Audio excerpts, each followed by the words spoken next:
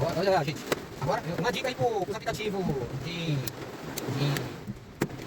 mapa pra gente transitar aí. Olha a chuva aí.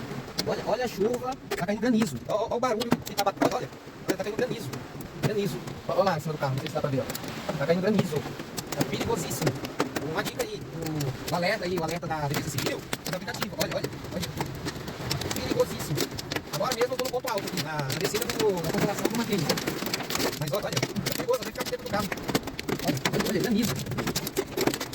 Olha. Gente, tá perigosíssimo. Dá uma dica desse aplicativo aí. Não sei se já tem, pode ser que já tenha. Mas começar a colocar alerta de tempestade, colocar isso pra um indicar pro outro. Eu vou tentar parar no posto de gasolina aqui, ó. Porque tá perigosíssimo. Olha.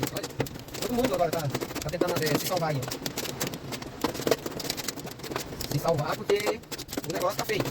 Eu vou parar no posto de gasolina aqui, ó. É isso aí.